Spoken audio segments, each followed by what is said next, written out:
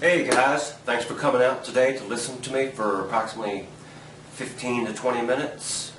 My name is Robert Kirby. I'm a student at JFK University in the Sports Psychology program, and I'm very pleased to be here today to talk about the topic of focus and concentration, and my goal is to increase your awareness on the various aspects on this very important topic. I'll be covering 4 topics related to focus and concentration. First, the various aspects of focus and concentration. Secondly, I'll cite some examples of when we lose focus and concentration. Third, I'll pose the question, why do we lose focus in the first place? And fourth, I'll cite some techniques that are used to address the various causes of loss of focus and concentration. So, before I actually begin, I would like to engage you guys by asking you just how important is focus and concentration to you as an athlete, to you as a team member, say on a scale of 1 to 10. Okay, you say that it's definitely a 10. A 10, 10, 10, and 10. So I'm not surprised that we're on the same page there. It's very important because actually what good do the skills actually do you if you cannot execute the skills to complete the task at hand? So with that being said, I want to get started. First, the various aspects of focus and concentration. I'll start with a simple definition. Concentration is simply the ability to focus when and how you need to complete a particular task given the specific demands of that task. Because every task that you do is going to have obviously varying degrees of difficulty. So your level of focus has to increase to meet those demands. So for example, if you're in basketball, you have to cover 2 people as opposed to 1. That's a discrepancy in how much focus you will need. Secondly, I want to cover the 2 types of focus. These 2 types include direction and width. Direction simply means whether you're focusing internally or externally.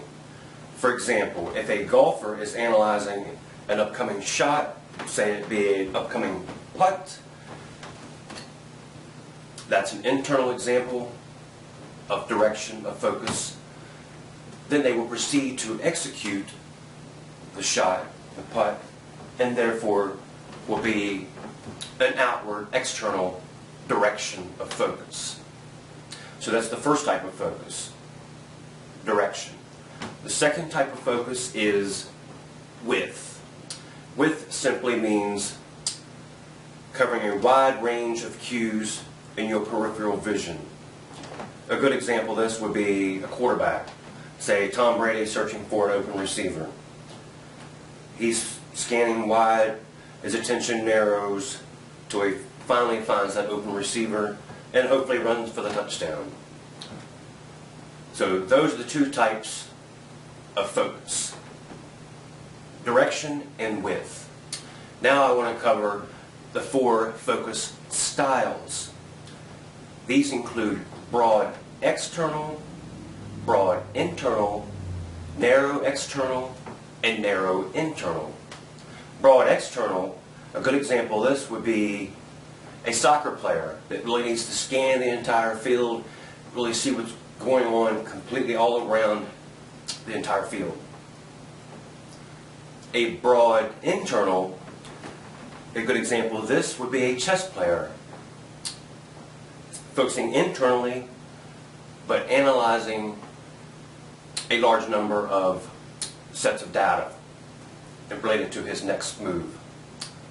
Third, a narrow external, a good example of this would be a baseball pitcher, really focusing on just a few cues, throwing the pitch exactly where he wants it, hitting the mitt, totally zoned in, 1 or 2 cues. That's an example of narrow external. An example of a narrow internal focus is, for example, an athlete that wants to eliminate most distractions, just focus on one or two cues, such as a weightlifter. That would be a great example. They have to execute one or two particular movements when they say go. For example, performing a squat, down, up. There's just a few cues to focus on. So that covers the various aspects of focus and concentration. Now I would like to address a few examples of when we lose focus. So before I cite a few examples, I'd like to ask you guys, what are some good examples of when we lose focus as an athlete? You say after mistakes. That's a great example. For me, I think of, in your sport especially, after shooting a free throw, you miss, bounces off the rim. You're dwelling on that. Your focus is not there for the next free throw or whatever you need to do next. That's a great example. How about another example? Yeah, you say under high pressure situations. That's a phenomenal example. Say if you're in a championship game, the game's on the line. If you want to move to the national championships, for example, that's a high pressure situation. And especially if you combine that with after having made a mistake, it's very hard to focus in such situations. So, those are some really good examples of when we lose focus. I have a couple of more before we move on to the next subtopic. Another good example is if an athlete is overmotivated or undermotivated. Because if either of these happen, the mind is more apt to wander and thus lose focus.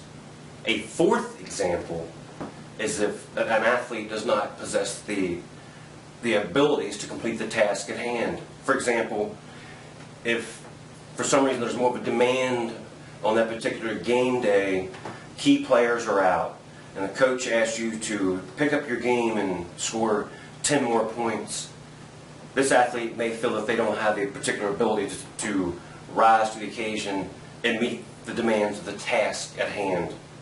Thus, they begin to increase arousal levels within, their attention is distracted by worry and doubt. So those are 4 good examples, and I'm sure we could come up with a lot more of when we lose focus. Now I want to move on to why we lose focus. So before I really address that issue, again, I'd like to engage you guys by asking you, why do you think we lose focus as an athlete or in general? Okay, you actually hit the nail on the head. The key word here is distractions. Distractions, distractions, distractions. The mind just picks up on it very easily. It is very challenging to look straight ahead and focus on the task at hand without any irrelevant distractions bothering you. So, there are 2 types of distractions: internal distractions and external distractions. Internal distractions include thoughts, feelings, the way you feel.